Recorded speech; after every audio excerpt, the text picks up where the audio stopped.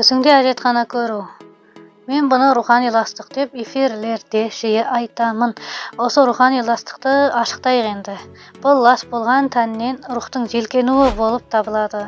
Бұндай жағдайда адам желкеншек болса ұшық шығады, жиі жуынғыш, өз-өзінен аса тазаланғыш болып кетеді. Ал тәннің ластығына еш ойланбайтын адам түсінде ластық көре бастайды.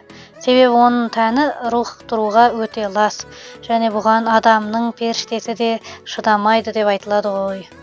Ал бұл рухани ластық неден болады айтайық. Ол қарапайым ғана гигиеналық тазалықты сақтамаудан келіп шығады. Туалетке барып, үлкен дәретке отырғаннан кейін су пайдаланбау, кіші дәреттен соң зар шыққан орынды құрғатпау, ол іш киімді жағып, сол іш киіммен ауыстырмай апталап жүре беру, бұның бәрі адамның рухының желкенуіне әкеледі екен. Және уақытылы моншаға түспей жүріп алу да түсіңде көп әжетхана көрудің себебі болады. Ал егер сіз үйленген жан болсаңыз, әрқашан жұбыңызбен қосылған соң қосыл қиыну сізге міндет болады.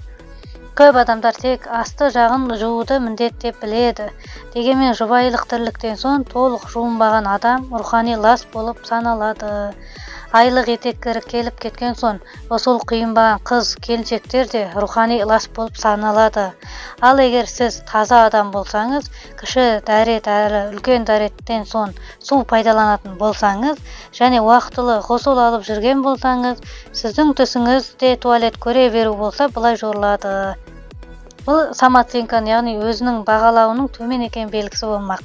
Себебі сіздің мен сорлымын, бақытсызбын, басқалардай жолым болғыш емеспін деген ойлар іште жиналып қалған үшін түсіңізде ең жаман орындарда жүресіз.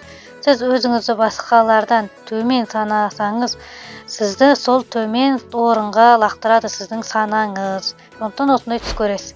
Және үшінші түс жоруда туалет көру, егер сіз түсіңізде жиі кіші дәретке қысылып жүрсеңіз, туалетке үлгермей отырып қойып жүрсеңіз, немесе барған туалетіңіз үй сияқты кілемдер төселген болса, және сіз сонда дәрет сындырып отырсаңыз, онда сіздің түсіңіз цистит, простатит, геморрой секілді астыңғы ағза ауруларына жорылады екен. Ал сіз қай түсті көрдіңіз, қай жоруға жататыныңызды ашықтау үшін бұндай түсті көрсеңіз, WhatsApp-қа жорытуға жазыңыз.